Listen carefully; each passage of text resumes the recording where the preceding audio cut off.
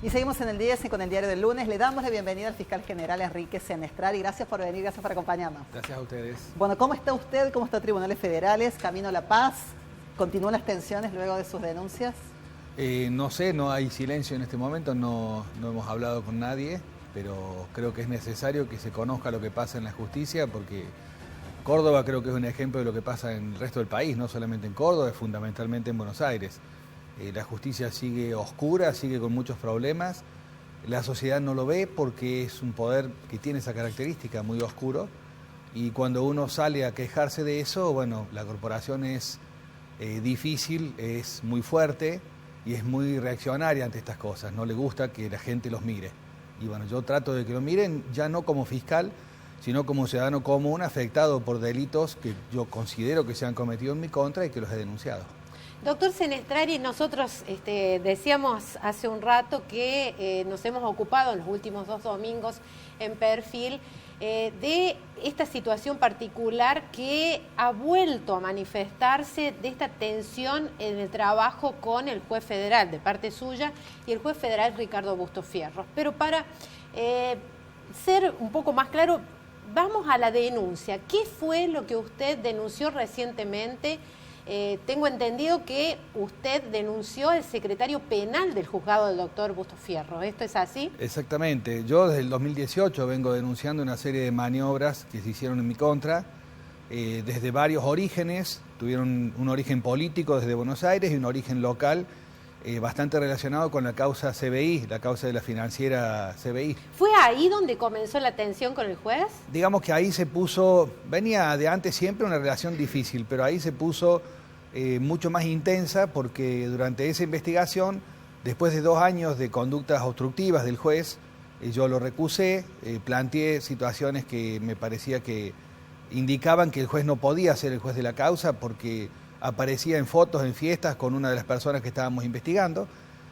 Lo planteamos, vimos que el juez todo el tiempo bloqueaba la investigación, lo entendió la Cámara Federal de esa misma manera y lo apartó al juez. Bueno, eso por supuesto que es una cosa que evidentemente molestó, no solo a él, sino a su secretario penal. Yo le recuerdo que un juzgado federal como ese tiene 5 secretarios. La única secretaría que realmente tiene conflicto con la Fiscalía y personalmente conmigo es la Secretaría Penal. El resto no, un trato cordial, amable, tranquilo, de trabajo, de compañeros de trabajo, en lo que no hay inconvenientes. Esto vino pasando durante todo este tiempo y en el medio ocurrieron filtraciones de audios privados de la Fiscalía, algunas cosas mías y otras cosas de grupos de trabajo de la Fiscalía, que siempre aparecieran en el mismo medio como una especie de captor de cualquier cosa que pasara sobre mí en ese momento. En Infobae. Infobae. Con eso se generaron sumarios administrativos en mi contra, denuncias penales en mi contra, el juez, el secretario, abogados defensores que intervenían en la causa CBI, todos denunciándome a mí como que yo era una especie de mafioso que estaba haciendo todo mal. Nunca hubo ningún resultado mayor, salvo una sanción que está bajo juicio administrativo ahora, pero por una cosa que no tenía nada que ver con la causa, sino con un audio que se filtró de algo que yo había dicho. En realidad que me atribuyeron decir, el famoso que se caiga Macri. Pero eso quedó afuera de todo esto. Acá la parte funcional es la que yo venía denunciando porque estas conductas de funcionarios y magistrados en contra mío afectaban el funcionamiento del sistema de justicia.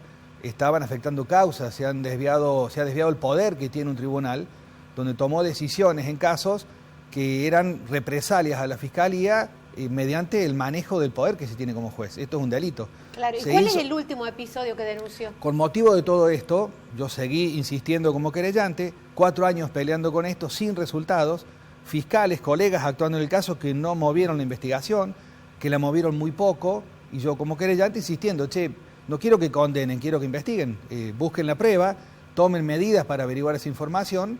Y cuando se supo que yo estaba pidiendo esas medidas, algunas particularmente en contra del secretario del Juzgado Federal, bueno, yo terminé pidiendo que se investigue cómo se enteró, porque eran medidas de carácter secreto, y que se lo investigue a él porque públicamente dentro del edificio estuvo diciendo una serie de cosas muy agraviantes en contra mía y en contra de uno de mis abogados, el doctor Oroz, y le envió al doctor Oroz una serie de mensajes de WhatsApp donde lo amenazaba, le decía que tenía archivos sobre nosotros, le mandaba imágenes de fotos de expedientes o sea, sacando expedientes del juzgado para hacer una amenaza a un abogado. Bueno, nosotros le dijimos a la Cámara Federal y a la Justicia Penal que averigüe, porque aquí hubo también algún desvío de poder, porque no puede un funcionario acceder a información del juzgado para proferir amenazas en contra de un abogado y de un fiscal.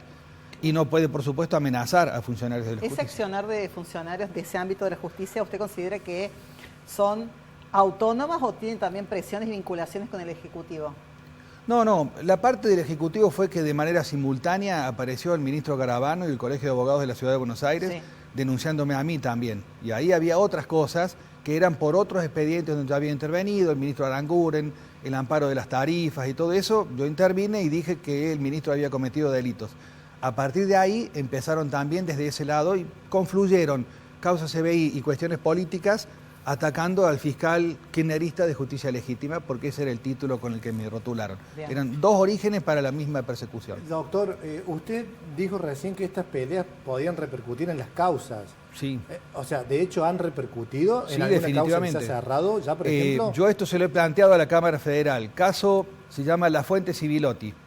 Es un caso donde el juez federal, que es donde está, para que entiendan, no porque yo quiera perseguir a la persona, pero es el caso que se conoce porque ahí está imputado una persona muy famosa que es Argañarás, Nadine Argañarás. Bueno, en esa causa el juzgado actuó de acuerdo con la Fiscalía, evaluó cada cosa que le presentamos, decidió que estaba bien lo que le pedíamos, allanó, secuestró documentación, decidió que había motivos suficientes para tomar indagatorias, estudió el caso y dijo los proceso por delitos a todas estas personas. Después de hacer todo eso, de haber revisado todo el caso y decir está todo bien, ante el planteo de un solo abogado, de una veintena de abogados que intervienen ahí, dijo no, hago marcha atrás, es todo nulo, está todo mal porque hubo un papelito al comienzo del caso que fue hecho de manera incorrecta, con violación del secreto fiscal, y anuló el caso. Lo gracioso de esto es que hoy justo leo una resolución de otro caso con un planteo de nulidad similar, y el mismo juez que firmó esa sentencia hoy dice ¿cómo me van a pedir la nulidad de algo que ya revisé, ya decidí, ya procesé, ya está todo hecho? Esto lo hizo ya en dos causas. Hay otra causa que se llama Ferreira, que hizo exactamente lo mismo, con el mismo planteo de la misma defensa. Revisa el caso, lo analiza, le da validez a todo, y a último momento es como que se acuerda de ver una hoja y dice esta hoja está mal. Pero si revisamos sistémicamente el trabajo del tribunal, vemos que un montón de casos similares no ha hecho lo mismo. Solo en casos concretos donde hay intereses fuertes, siempre intereses económicos muy fuertes, y situaciones que han generado siempre conflicto con la Fiscalía en la forma de llevarlos. Volviendo al tema de la denuncia contra el doctor Troncoso, ¿quiénes tienen que resolver ahí o quiénes tienen que investigar? Bueno, la denuncia fue hecha ante el juez Vaca Narvaja, que es el juez que tiene la causa principal donde nosotros hemos denunciado todos esos hechos anteriores. El juez puede decir, la mando al tribunal de turno, aunque yo creo que lo tiene que investigar ahí porque es un hecho conexo a lo que venimos investigando. Pero no sé lo que hará, no sé cómo actuará. A mí no me conforma la forma en que viene actuando, porque yo en este mismo caso he recusado al fiscal actuante en la causa, por lo que les decía antes. Es un fiscal que no está haciendo nada con la investigación, la mueve de una manera muy liviana a una causa que estamos hablando de una denuncia de corrupción de un juez federal, de un secretario federal, de abogados defensores y de un empleado del Ministerio Público. Es un delito grave de corrupción judicial, entonces no creo que merezca un trato superficial por parte de quien está a cargo de la investigación. Yo vi las razones por las que creo que esto pasa. Ese fiscal considera que yo soy un obsesivo que denuncia cosas que son una novela, que persigo gente. ¿Quién es el fiscal? El fiscal Casas Nóblega. Y se lo he planteado primero personalmente, se enojó mucho conmigo porque se lo planteé, lo hice personalmente como colega, porque más allá de que yo soy querellante, también tengo el rol de fiscal. Y como compañeros de trabajo le digo, mirá, te tenés que ir, tu hermana es empleada del juez que yo he denunciado, sos amigo del secretario que he denunciado, y a la vez después descubro que el empleado que yo denuncié y que ya está imputado en la causa, tuvo llegada al fiscal a través de su padre, según pruebas que hemos visto en la causa. Esto no son inventos míos, son pruebas que yo sostengo que significan eso, pero que no las quiere mirar. Y cuando se lo digo al juez, y le digo al juez, acá tengo la prueba de por qué el fiscal se tiene que ir del caso, el juez me dice, no te acepto la prueba. Y después de eso dice, no lo voy a correr al fiscal porque vos no probaste lo que estás invocando. Pero si no me deja presentar la prueba... ¿Cómo se encausa, doctor, toda esta tensión? ¿Cómo se sale? Porque María Esther el domingo cronicó muy bien lo que pasó el 21 de diciembre del año pasado, donde se trató de encontrar alguna solución. Lejos de eso estamos. ¿Cómo se encausa esta situación Bien. para que la justicia funcione normalmente? Yo les aclaro, esa reunión que describe María Esther es una reunión donde lo que se habló es la cuestión funcional que estaba siendo afectada por estos hechos que yo he denunciado como delitos. Porque no es que vamos a hablar yo no voy a hablar con la persona que denuncia, decirle no te sigo más la denuncia, no, yo lo denuncié, un delito en el que yo ya no tengo más acción. Una vez que yo lo denuncio, no tengo la posibilidad de volver atrás, ni quiero volver atrás. La cosa es decirle, separemos esto de la cuestión funcional, por lo que les decía antes. Se están tomando decisiones en el juzgado que yo las veo como decisiones arbitrarias relacionadas con este conflicto. Entonces digo, no puede ser que se afecte la función nuestra por una cuestión de denuncias de delitos que tienen que ir por otro lado. Esto fue lo que planteamos en esa reunión. Y eso, que alguien lo bautizó como Pacto de la Moncloa, con el nombre que tenga, se intentó solucionar esto y esto no pasó porque después salió esta nulidad, el caso de La Fuente. ¿Fue muy dura esa reunión en términos, digamos, de una reunión donde nos dijimos las cosas de frente, donde yo le dije, usted tiene que controlar a su secretario porque su secretario está cometiendo delitos y está usando su firma para hacerlo. Si usted no lee lo que firma o si usted comparte lo que firma, yo lo tengo que denunciar. Y si usted no lo controla, esto sigue porque el problema es que está afectando las causas. Si comete un delito en mi contra, yo me defiendo, hago la denuncia. Ahora, si usa el poder que tiene como tribunal para afectar causas en represalia por lo que yo denuncio, estamos hablando ya de una bestialidad dentro de la justicia. Esto no se puede hacer, es la sociedad la que está atrás esperando justicia y no funcionarios que desvíen su poder para castigar a un fiscal que a mí no me afecta en lo personal. Afecta el servicio que yo presto, que es de justicia. Doctor, y ahora, esto fue lo que se habló. Esta trama tiene que ver con, o usted cree que tiene que ver con acciones puntuales o centradas hacia usted o que lo vinculen a usted, o hay también alguna cuestión sistémica en el funcionamiento de la justicia federal? Creo que lo sistémico es la reacción corporativa, porque yo veo que en esta causa hubo 3 fiscales. La primera fiscal no hizo absolutamente nada, llamó a 2 testigos de 20 y pico que yo pedí que llamara, pedí allanamientos y no los hizo, y yo lo que quería era lo que se llama acceso a la justicia. Si no me preservas la prueba haciendo las medidas de prueba que yo estoy pidiendo, u otras, pero hacer algo, pasa el tiempo, la prueba se diluye y yo no puedo probar lo que estoy invocando. Eso es denegación de justicia. Es no te doy lo que pedís y no te pongo fundamentos de por qué no te lo doy.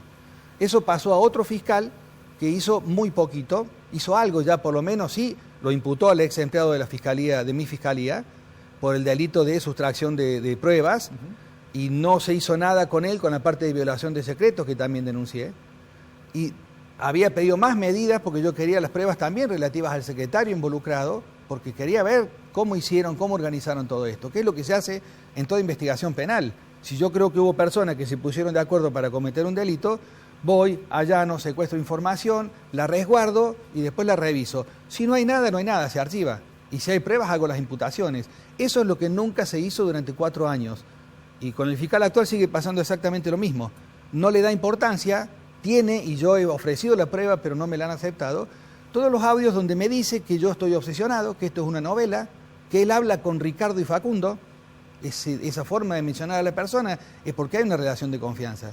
Entonces yo digo, no, si vos no creés que estos son delitos, creés que yo soy un loco y encima hablás con las personas que yo denuncio y no conmigo, bueno, yo creo que no sos objetivo en la investigación y eso es una causal para que un fiscal se corra y venga otro. Eso fue lo que pedí. Fiscal, muchas gracias por venir. Gracias a ustedes. Ha sido muy amable. Nos vamos al corte, estamos aquí con el diario del lunes, ya venimos.